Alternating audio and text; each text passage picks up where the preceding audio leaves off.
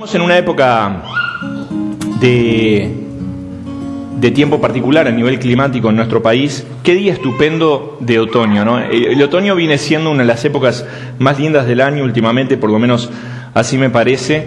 Y este fin de semana está siendo uno de esos fines de semana otoñales proverbiales que quedan para la historia. Y yo quisiera compartir algo que estuvo bastante en nuestra mente por los medios de noticias y también por la situación del país, que es la sequía de nuestro país. Y vamos a ver un poquito hoy algo que se titula Lecciones en tiempos de sequía, un vaso de agua en tiempos difíciles. Y les invito a que cuando hablamos de sequía y vamos a la palabra de Dios, ¿qué pasaje se les ocurre? ¿Qué personaje se les ocurre? A ver este lado. Se tomaron mucho tiempo. A ver este lado. Ezequiel. Bueno, empieza con E. Vamos a conceder eso, pero... Bueno, puede ser Ezequiel, puede ser. ¿Por qué? ¿Quién dijo Ezequiel? ¿Por qué? Puede ser, sí. Bien, vamos a dejarlo ahí. A ver, volvemos a este lado. Tiempo de sequía, una sequía que duró varios años. El que dijo 3 años y medio de sequía. Y sí, ¿quién dijo? Exacto. Tenemos los detalles, pero nos falta la médula. ¿Cómo tener? No me acuerdo el nombre del profeta ahora. Elías. Muy bien. ¿Saben que todos los nombres que tienen él, como Daniel, tienen... Estuvo la crisis y estuvo la bendición del agua. Gloria a Dios, porque a eso vamos. Vamos a ver entonces algunas cositas. ¿Hasta qué hora tenemos? Porque, ¿saben? Yo preparé una mesa así como si fuera un chef.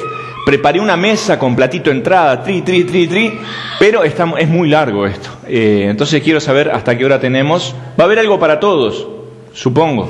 Hemos orado y nos ponemos en las manos de Dios. Hasta las 11, perfecto. Entonces vamos a ir al primer libro de Reyes. No la 23, las 11. No me tientes, Soy capaz. Terminaremos hablando de pintura, de otras cosas, pero... Otro, cómo no, con mucho gusto. Y ahí sería lindísimo poder venir con Cris también. Me encantan estas Biblias de púlpito porque hacen que uno se olvide de los lentes. Gloria a Dios. Primer libro de Reyes, capítulo 17.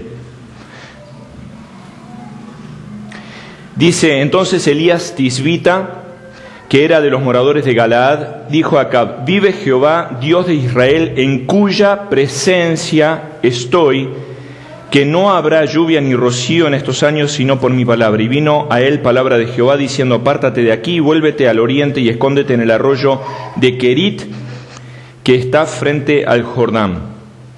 Bueno, vamos a hablar un poquito de estos dos personajes que se encuentran acá. Acá tenemos dos personajes. Una cámara general nos ubica en la escena, y acá tenemos por un lado al profeta Elías y por otro lado a Acab.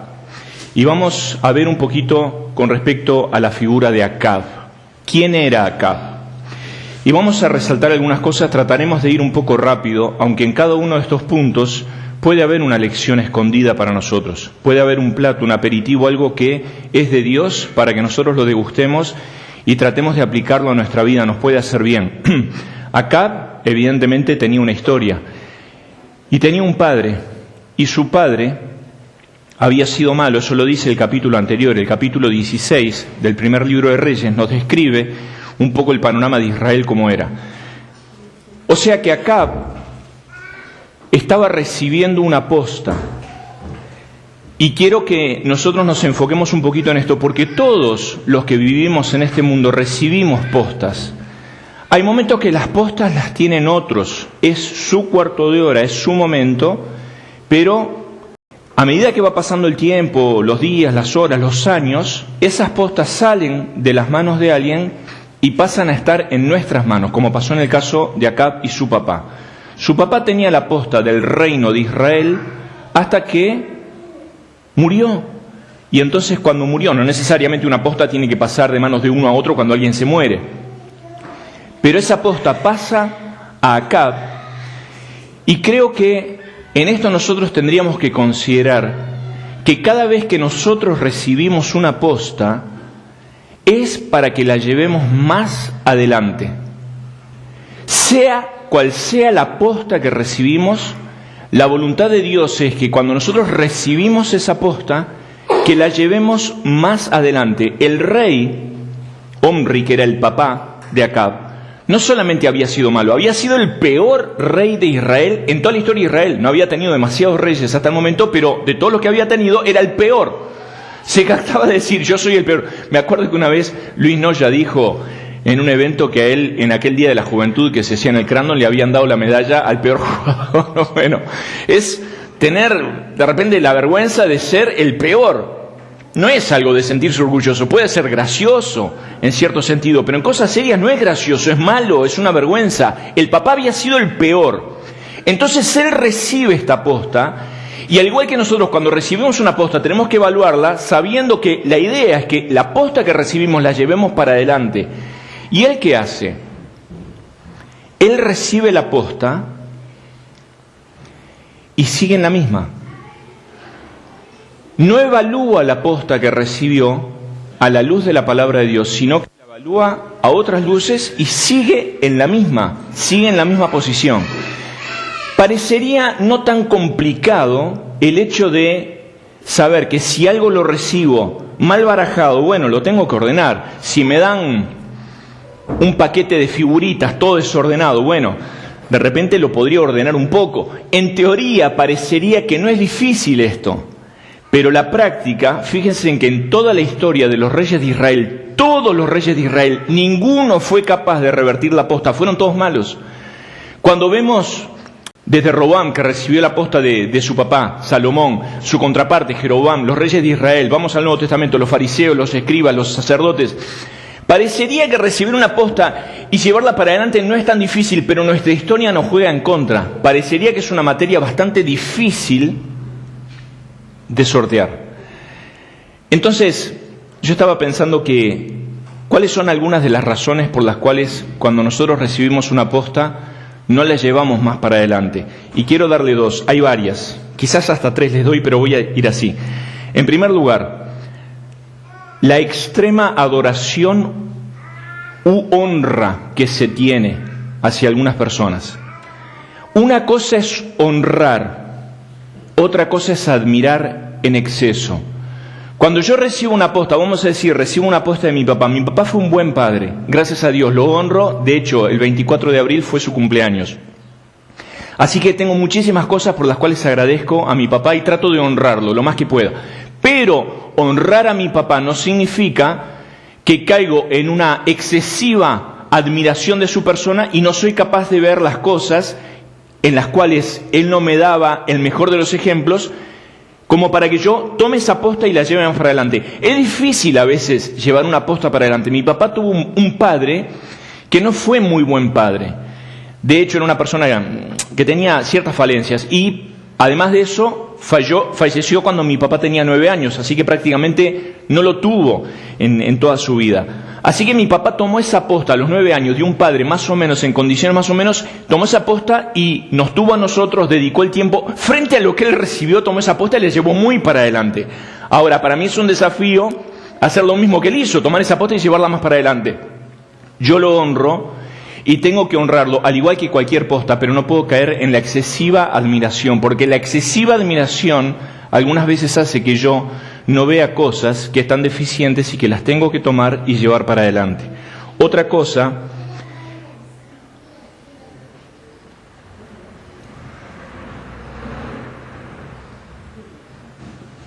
es a veces esas biografías melosas que nos presentan superhéroes a los cuales no podemos llegar, ¿no?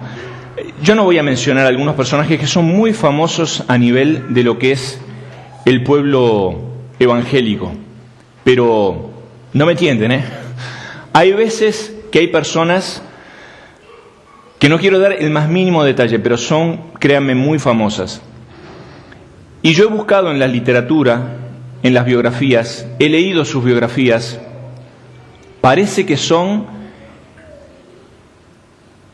en el pináculo de la perfección, ¿verdad? No hay una sombra, son todas luces. Y cuando uno después investiga por otras fuentes algunas cosas totalmente fácticas con respecto a estas personas, se da cuenta que tuvieron aristas muy oscuras por momentos. Entonces, estas biografías tan melosas no van de la mano a veces con lo que es el Espíritu de Dios, porque el Espíritu de Dios resalta las virtudes, pero también señala y nos coloca algunas cosas, los personajes bíblicos. Por eso, una de las razones, miren, si no fuera por nada más, yo creo que la Biblia es la palabra de Dios porque nos habla de las luces y las sombras de la gente. No es solamente luces, luces, luces, uy, David derrotó al gigante, David hizo esto. También lo presenta David en sus derrotas. Y por eso es que yo amo la palabra de Dios y la sinceridad que encontramos en la palabra de Dios, con las luces y las sombras de todos los personajes.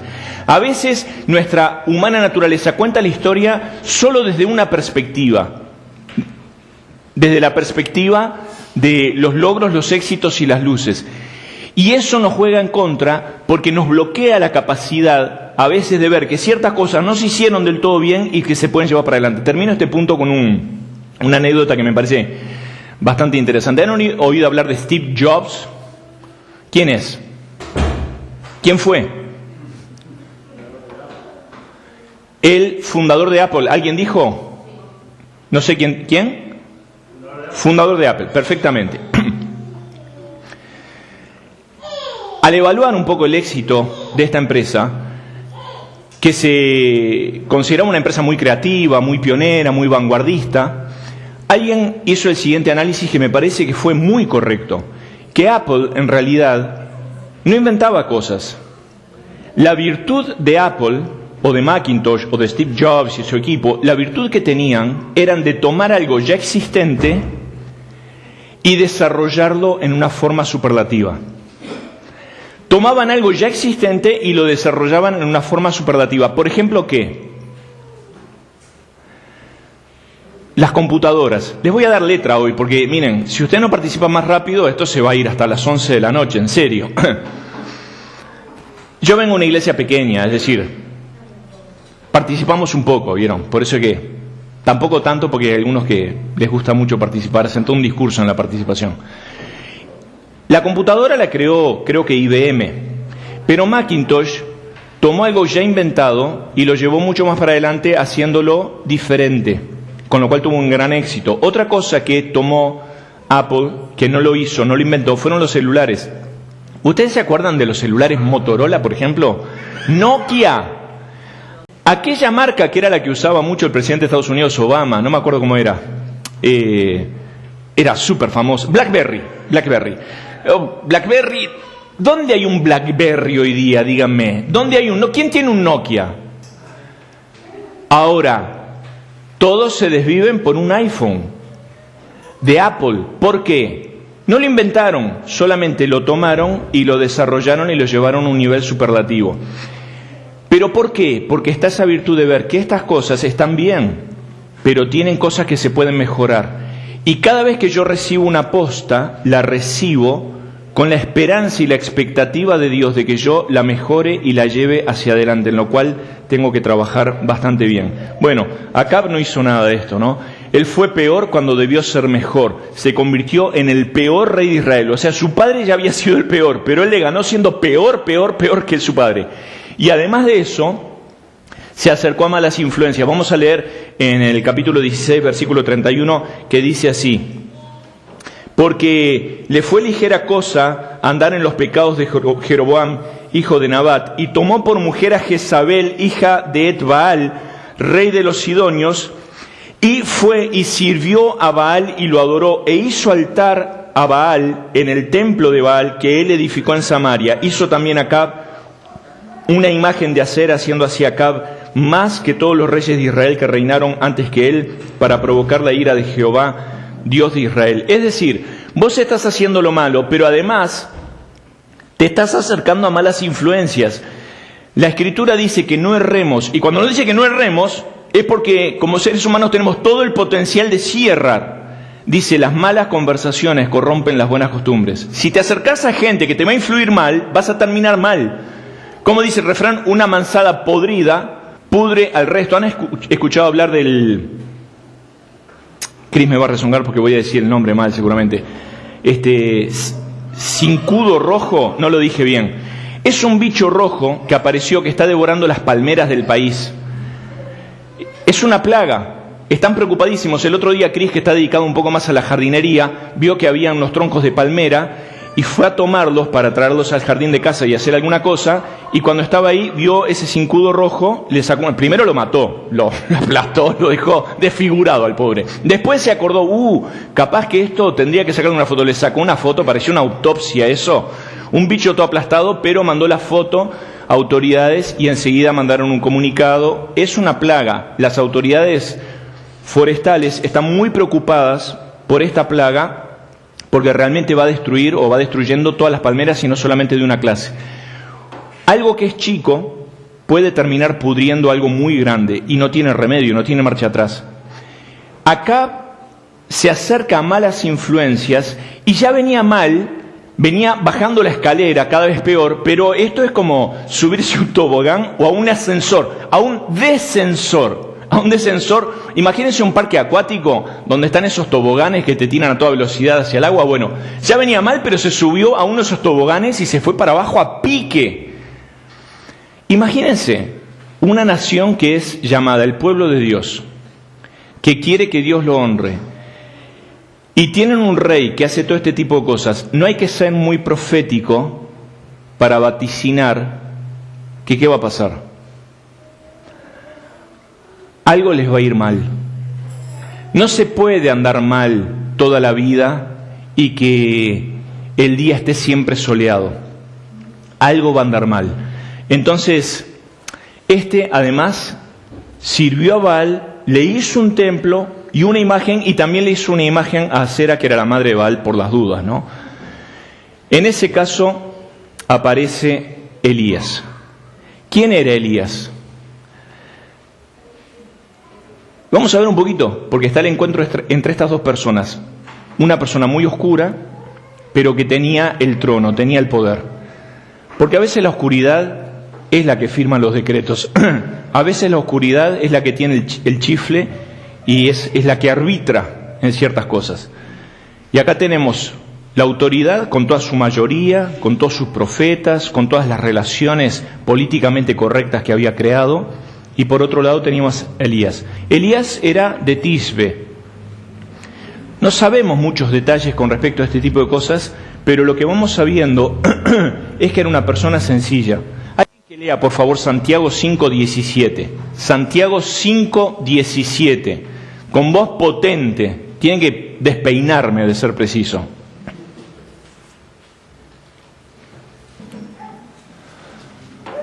Qué linda asistencia que tienen hoy, les felicito, hermanos, gloria a Dios. Sí, adelante. Dice, Elías era un hombre sujeto a pasiones semejantes a las nuestras, y oró fervientemente para que no lloviese, y no llovió sobre la tierra por 3 años y 6 meses. Muy bien, muchísimas gracias. Era un hombre superdotado, le faltaba la capa de Superman. No era un hombre superdotado, era un hombre como vos y como yo, en el sentido genérico, ¿no? Era una persona común y corriente. Dios usa gente sencilla. Ahora, parece una virtud, parece una bobada esto de ser sencillo, pero en realidad, muchas veces ser sencillo es un proceso que va contra nuestra naturaleza, porque nosotros tenemos la triste virtud de complicar las cosas. Nosotros complicamos las cosas. Miren, mi apellido es Las. L-A-S. Si yo recibiera $1 por cada vez que escriben mal mi apellido, tendría un yate en Punta del Este, un apartamento frente a la marina, estaría echado para atrás por 4 o 5 vidas. Me dicen, nombre y apellido, Alejandro Las, L-A-S. Aunque les digo y lo deletreo, la cantidad de veces que lo escriben mal, Blas, Las con doble S, con Z, es impresionante, pero es sencillo. ¿Ustedes piensan en un apellido más sencillo que Las? ¿Hay algún apellido más sencillo en este mundo que Las? Bueno, lo escriben mal, casi siempre, el 95% de las veces lo escriben mal, aunque se lo deletreo, por favor, ya. Vieron que me tiene la yugular así esto, ¿no? Es sencillo, hermano, pero es una prueba más de que a nosotros nos gusta complicar las cosas. Nosotros complicamos las cosas. Y tenemos que embarcarnos en este proceso que revierte nuestra capacidad de complicar y hacerlas más sencillas. A mí me gusta la pintura, como les decía, y me gustan las pinturas que con menos pinceladas dicen más, o con menos pinceladas dicen lo que otros dicen con 50, pero es una virtud. Tener esa sencillez primero viene por revertir ese proceso de complicar las cosas. Elías era una persona sencilla, común y corriente, y que nosotros desarrollemos esta virtud de ser sencillo, menos complicación y más sencillez en nuestras vidas. Segundo punto, Dios usa gente imperfecta. Elías se enojaba, Elías se burlaba, Elías se deprimía y Elías, bueno, si tuviéramos tiempo veríamos algunas cosas a qué lo llevan algunos pensamientos bastante depresivos que tenía. Era una persona que se equivocaba. Vos te equivocás. ¿Dónde están los que nos enojamos de vez en cuando y nos pasamos de la raya con el enojo? ¿Dónde están los que a veces nos ponemos ansiosos? ¿Dónde están los que a veces estamos al borde de jugar con alguna herramienta que no es de la luz? ¿Dónde están aquellos que queriendo hacer las cosas bien las hicieron todas mal? Bueno, hermanos, si estamos en esa lista, gloria a Dios, hay esperanza para nosotros. Hay esperanza para mí, hay esperanza para vos. Elías era una persona que también se equivocaba. Dios no usa personas perfectas, de lo contrario estaríamos todos liquidados, fritos. Yo al menos. Dios usa gente imperfecta, impaciente, intolerante, que habla de más, que habla de menos, que no trabaja demasiado, que trabaja demasiado, que se enoja, que se fatiga. Dios nos usa. No está mirando gente perfecta, no está escogiendo a los perfectos, sino que está buscando a los que están dispuestos. Elías era una persona dispuesta. No era complicado, no era perfecto, pero sí era dispuesto. Me encanta su nombre, Elías. Como decíamos hoy, Daniel, Elías, Samuel, todos los nombres que tienen él es el nombre de Dios. Él es el nombre de Dios en el hebreo. Samuel pidió a Dios, Daniel, príncipe de Dios. Elías, Jehová es mi Dios. Qué bárbaro, ¿no? Hay que vivir a la altura de ese nombre. Elimelec, en el libro de Ruth, Dios es mi rey, pero este ya era nominal. Dios es mi rey, pero yo hago lo que quiero. Él leía en vez de leer la versión Reina Valera, leía la versión Reina mi carne. Él tenía un nombre, pero hacía otras cosas. No estaba a la altura de su nombre, sin embargo, Elías estaba a la altura de su nombre. Jehová es mi Dios.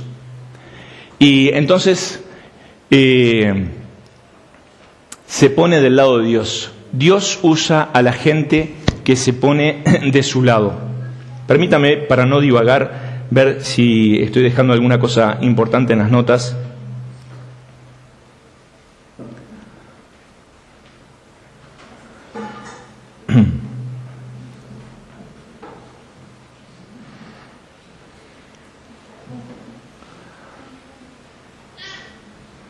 Bien.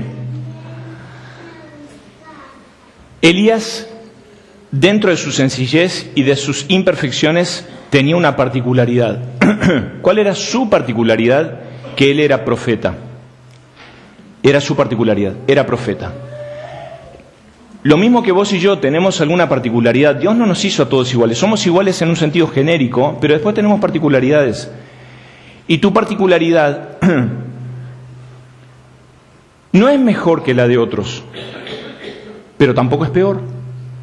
Mi particularidad no es mejor que la de nadie, tampoco es peor. Es mi particularidad. Y hay veces que Dios va a utilizar la particularidad tuya. Si estás dispuesto, tenés que saber cuál es tu particularidad, por varias razones que no vamos a entrar en este tema porque sería largo. Ya estamos, yo tengo acá 11 menos 5, ¿puede ser? Menos 10, bien. Entonces, en una situación así, Dios evidentemente puede reaccionar. ¿No? ¿Dónde está? Bueno, esto lo vamos a saltar un poquito. Baal era una deidad fenicia, era el dios de la fertilidad humana y de las cosechas, promovía la inmoralidad e incluía sacrificios, entre ellos niños sobre su altar. ¿De qué nos importa esto? Nos tiene que importar porque la maldad no desaparece. La maldad puede cambiar de nombre. La maldad cambia de nombre, pero no desaparece. Decimos, no, pero no tenemos un Baal hoy día donde haya prostitutas en el templo, donde haya chicos que son quemados en los brazos de Baal. No lo tenemos, pero la maldad cambia de nombre. Hablando de niños, por ejemplo, nuestro país pega el grito en el cielo por los 300 asesinatos más o menos que ocurren por año. 300 asesinatos, y es una cosa grave y nos preocupa y genera un gran índice de inseguridad entre nosotros. Esos son asesinatos por robos, asesinatos a mano armada, etc. Por otro lado, hay unos 10.000 niños por año que se sepa, porque después hay un montón de cosas clandestinas que muy posiblemente no las sabemos, pero que se sepa, hay unos 10.000 niños por año que fallecen y son asesinados en clínicas de aborto en nuestro país, de lo cual absolutamente no se dice nada. De hecho, somos muy elegantes a cambiarle el nombre. Ahora ya no se dice asesinato, se dice aborto. Tampoco se dice aborto, se dice ley de interrupción voluntaria del embarazo. Fíjese cómo nosotros somos astutos para ciertas cosas, le cambiamos el nombre y ya no las hablamos. Pero la verdad, muchísimas gracias. Tenía el mate mío ahí, vieron, necesitaba tomar un poquito más de mate. Es solamente, no estoy con esto queriendo tocar áreas que son muy sensibles, así nomás a la pasada y sin sensibilidad. Lo que estoy queriendo decir es que la maldad que existía en aquellos momentos sigue existiendo hoy, y si nosotros no llamamos las cosas por su nombre y no sabemos discernir las cosas, entonces poca capacidad profética vamos a tener. Y de hecho, sin entrar mucho en este caso, creo que nuestra iglesia, la iglesia en particular en Uruguay, tiene una voz profética bastante raquítica, que muy poco se hace oír sobre cosas que realmente son preponderantes para la salud espiritual y lo que un mundo y una sociedad como la nuestra necesita escuchar. Acá se aparece alguien como Elías, que va a dar un mensaje de Dios. Y la acción de Dios podría haber reaccionado de muchas formas. Fíjense que Dios podría haber dicho, los destruyo en un momento. Dios podría haber hecho una cosa como la que hizo en Sodoma y Gomorra, manda fuego y los destruye a todos. Sin embargo, la acción de Dios va de su mano y de su corazón. Dios no manda una destrucción, no se mueren de a miles por día, sino que Dios manda un castigo que es paulatino. Manda un castigo paulatino como para que el pueblo entre en razón. No es una cosa abrupta, sino que es una cosa paulatina como para que la gente reaccione y se vuelva a Él. Entonces, los quiere volver al punto de equilibrio, ya que la prosperidad los había desequilibrado. Esto es tan importante que nosotros tengamos equilibrio, porque el equilibrio lo perdemos con mucha facilidad, y muchas veces la prosperidad es lo que nos saca de equilibrio. Y como estamos tan prósperos y nos está yendo tan bien en alguna cosa, entonces perdemos la dependencia con Dios, y Dios entonces toma alguna acción para que nuestras vidas vuelvan a un punto de equilibrio. La fertilidad y la prosperidad dependen de Él, es lo que quiere decir. Miren, la fertilidad y la prosperidad no dependen de las asociaciones humanas que nosotros tengamos. No dependen de si estamos acá o si estamos allá. No, porque acá en Uruguay no se puede prosperar. No, porque, mira, no depende de eso. La prosperidad, la felicidad no depende tanto del contexto, ni de las asociaciones, ni del título en la pared. La fertilidad, la prosperidad, el éxito, la buena aventura, las bienaventuranzas dependen de la comunión con el Señor. Y Dios en realidad va a demostrar quién es Dios. Ahora, Dios va a tomar cartas en este asunto. Se podría haber desentendido, Dios podría haber... Si Dios se desentiende de nosotros, nos terminamos matando unos a otros. Eso es seguro. Seguro que sí. Fíjense, cómo quisiera ser más sencillo y breve, pero fíjense, cuando la iglesia nuestra, así con todas las imperfecciones que tenemos, ¿verdad? Somos una iglesia imperfecta. Pero esta iglesia imperfecta, la cual el Señor Jesús ama, en algún momento el Señor la va a sacar de este mundo y nos vamos a ir con Él, en el arrebatamiento, nos vamos a ir con Él. Cuando la iglesia ya no esté acá, con todas las imperfecciones que nosotros tenemos, el mundo va a quedar sin la iglesia y va a quedar sin el Espíritu Santo. Y dice la Escritura que a partir de ese momento al mundo le quedan 7 años. Y dice la Escritura que de los 7 años Dios acorta un poquito, porque si no acortara entonces terminaría siendo una hecatombe, se matarían nosotros, no quedaría nadie vivo. El día que esta iglesia no esté en este mundo, entonces esto va a ser un caos total, irreversible, la gente se mata unos a otros. Entonces, Dios los podría haber dejado en el abandono. Bueno, hagan su vida, mátense unos a otros. Dios podría haberlos destruido, pero Dios no es así. Dios tiene misericordia, piensa en nosotros y quiere demostrar que Él es Dios. Ahora, ¿por qué Dios quiere demostrar que es Dios? ¿Por qué Él quiere demostrar que dependemos de Él? ¿Acaso Dios tiene un problema de autoestima que quiere que otros lo llamen Señor Dios? ¿Quiere que otros lo veneren? No creo. En esta congregación, yo no sé cómo ustedes... Vamos a poner nuestra congregación, la congregación H, donde hay un pastor que se llama Juliancito, para que no exista. Juliancito es el pastor de esa congregación. Si Juliancito tuviera problema de autoestima, de repente pediría que todos le digan, pastor, pastor, pastor. Bien. Algunos le dicen pastor, otros le dicen Juliancito. Ahora, si Juliancito tiene una buena autoestima, está seguro de quién es y está seguro de su rol en el Señor,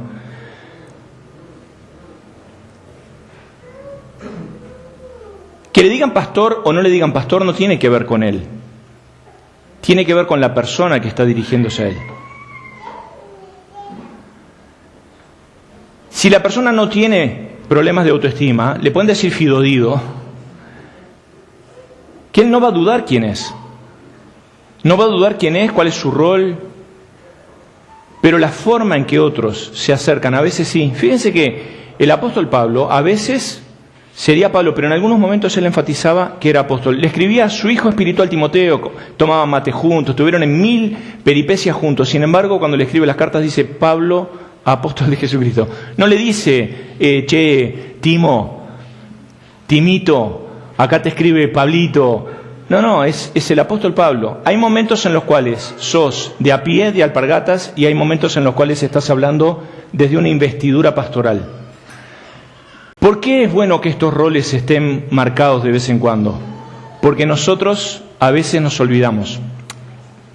Lo voy a decir acá en intimidad porque no hay ninguno de mis hijos, porque si estuviera alguno de mis hijos después me rezongan.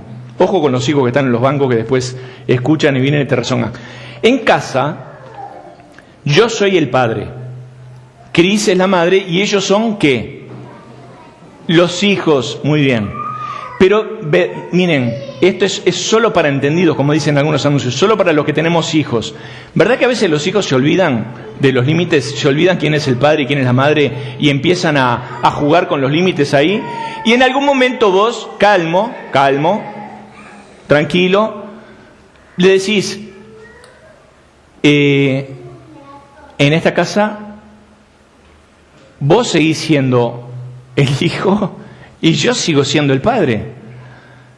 Es así como funciona esto. Vos sos el hijo, yo soy el padre. No es que te lo estoy diciendo porque tengo un problema de autoestima de quién soy en este mundo. No, te lo estoy diciendo para que funcionemos mejor. Para que vos entiendas cómo son las cosas y no pases de los límites, porque entonces así las cosas funcionan mejor. Cuando Dios está queriendo demostrar que Él es el Dios de Israel, no lo está queriendo demostrar para meternos el peso, porque tiene un problema de autoestima.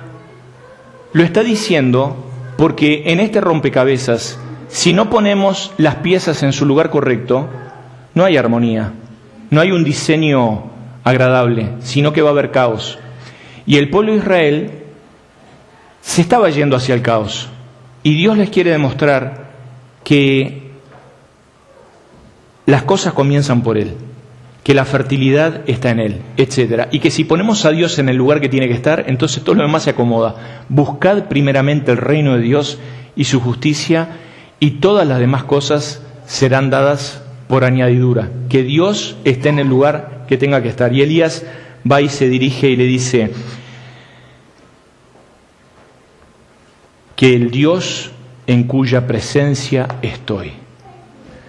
Elías era una persona que había elegido estar en la presencia de Dios. Esto es casi que contradictorio, porque ¿dónde no está Dios? La presencia de Dios está en todos lados. El Salmo 139 dice que no podemos huir de Él. O sea, por un lado la presencia de Dios está en todos lados. Pero la presencia a la que se refiere acá es esa cercanía con Dios. El Señor Jesús estaba muriendo y había dos malhechores, uno a su derecha, otro a su izquierda. Geográficamente estaban equidistantes del Señor Jesús, estaban a la misma distancia, pero en el sentido que importaba, uno estaba cerca y el otro estaba lejísimos. Entonces, la presencia de Dios siempre está allí. La presencia de Dios siempre está allí. Pero una cosa es que yo esté en la presencia de Dios. Y Elías había decidido estar él en la presencia de Dios, lo cual implicaba que se había quedado solo. Y hay momentos que por estar en la presencia de Dios vas a ir en contra de la mayoría. La mayoría se va a quedar de aquel lado y vos te vas a quedar con la minoría. Pero como dice un predicador que me gusta mucho, dice: prefiero estar dividido en la verdad que unido en el error. Prefiero estar dividido en la verdad que unido en el error. Y él se quedó dividido en la verdad. Todos ustedes por allá, pero yo mantengo mi integridad delante de Dios. Sencillo, con sus defectos, pero con Dios de su lado. Y con una voz profética que venía de la presencia de Dios. ¡Qué maravilla! Que nosotros estemos en la presencia de Dios. Más de la presencia de Dios en nuestras vidas, para que podamos experimentar esta palabra de Él, que nos hace bien a nosotros y que va a ser una bendición para aquellos que nos rodean también. Quedan algunas puntilladas o algunas pinceladas más para dar, pero quedará para otra oportunidad porque el tiempo ha pasado. ¿Qué dice? Quedan 1 minuto. Gracias. ¿Cómo estamos? ¿Qué tecnología? Se las tengo que copiar esta. Elías, en la presencia de Dios, es una persona que disfruta la persona de Dios y escucha a Dios. Que nosotros disfrutemos la persona de Dios y también le escuchemos. Que escuchemos a Dios en su palabra y su palabra aplicada a nuestra vida hoy. El Señor Jesús, y con esto sí termino, el Señor Jesús aquí es bautizado. Cuando es bautizado, el Espíritu Santo desciende del cielo en forma de paloma y una voz, que es la del Padre, dice: este es mi Hijo amado. Este es mi Hijo amado. Esa es la palabra que el Señor Jesús escuchó, en quien tengo complacencia. La primera parte Dios nos la dice a todos, la segunda depende de nuestra conducta. Pero fíjense que el Señor recibe esa palabra del Padre: este es mi Hijo amado. Acá el Señor está en el desierto. Después de 40 días de ayuno, viene Satanás y lo tienta 3 veces. Y las 3 veces lo que le dice siempre como leitmotiv: si eres hijo de Dios. Acá Dios le dice: eres mi Hijo amado. Acá Satanás viene y lo empieza a tentar: si eres hijo de Dios. Hermanos, que nosotros escuchemos y permitamos que lo que Dios nos dice en la intimidad quede grabado a fuego. Que no dudemos de lo que Dios nos dice en su palabra. Y no dudemos en la oscuridad lo que Dios nos dijo en la luz. Porque en la oscuridad Satanás nos va a tratar de hacer dudar hasta el extremo de las cosas que Dios nos dijo con toda claridad. Pero que la palabra de Dios esté tan grabada en nuestro corazón que lo peor del infierno nos pueda enfrentar, nos deje aliento a azufre en la nariz, pero nosotros tengamos la convicción de las cosas que Dios nos dijo. Dios nos dice que somos sus hijos amados, y esto es una cosa que no podemos dudar. Dios te ama al máximo. No te puede amar más, no me puede amar más, no me puede amar menos. Ya me ama al máximo y no depende de lo que yo hago. Depende de su amor, porque Él es amor. Pero además de amarme, Dios me da otras palabras. Dios me da cosas, me da un sentido, un propósito, me ha puesto en un lugar en el cuerpo de Cristo, que Él me lo dice en la intimidad y lo confirma de miles de maneras, pero que yo lo pueda tener seguro, para que en los momentos de dificultad y de tentación, cuando el diablo venga con todo su infierno a poner en duda las cosas de Dios, que yo pueda afirmarme en las palabras de Dios y creer por sobre todas las cosas en lo que Dios me dice. porque es la palabra que prevalece. El cielo y la tierra pasarán, pero mis palabras jamás pasarán. Que el Señor nos dé esa firmeza de Elías, esa comunión con el Señor que tenía Elías y esa palabra para él y para otros que tenía Elías, porque nosotros la precisamos y quienes están alrededor también. Oremos para terminar. Padre, te damos mil gracias porque hay lecciones refrescantes en tiempos de sequía. Gracias porque tu palabra es viva, es eficaz. Señor, ayúdanos a pensar en nuestras postas, las cosas que hemos recibido, cómo las hemos recibido, agradecer quienes nos precedieron, honrarlos, pero a la vez también, Señor, entender que hay cosas que las podemos llevar para adelante y que es tu expectativa y tu deseo y nos provees para que las llevemos más para adelante. Ayúdanos. Ayúdanos también, Señor, a reconocer que así como somos tú nos puedes usar. Ayúdanos a ser más sencillos, menos complicados y más dispuestos. Ayúdanos a estar cada vez más en tu presencia y menos en la presencia de otras cosas. Ayúdanos a acercarnos más a ti de lo que nos acercamos a otras cosas. Más cerca de ti, más lejos del mundo.